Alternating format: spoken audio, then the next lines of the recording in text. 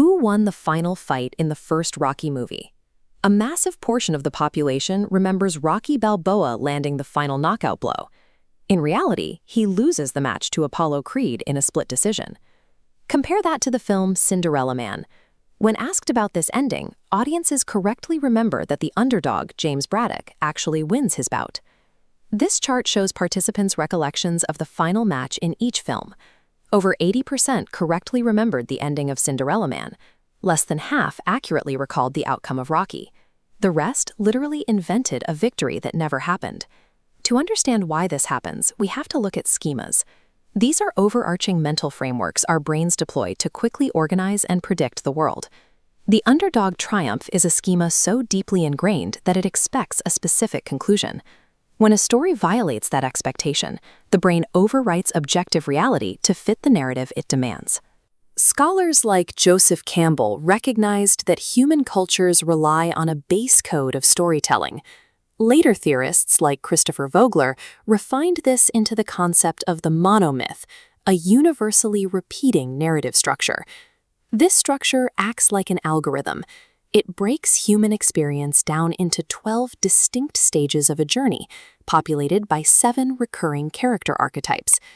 This table, analyzing the film Vengeance is Mine, proves the framework is flexible.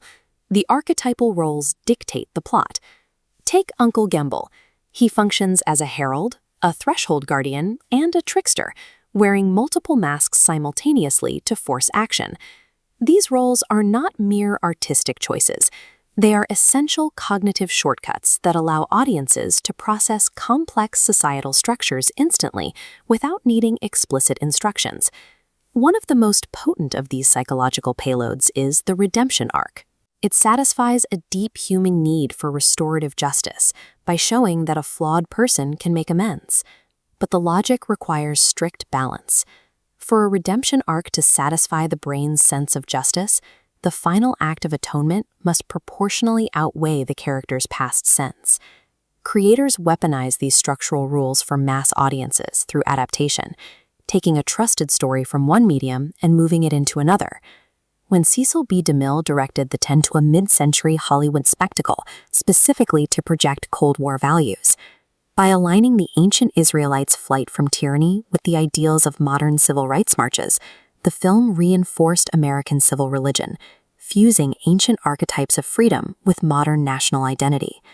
Adaptation grafts a new society's identity onto an ancient, universally trusted blueprint.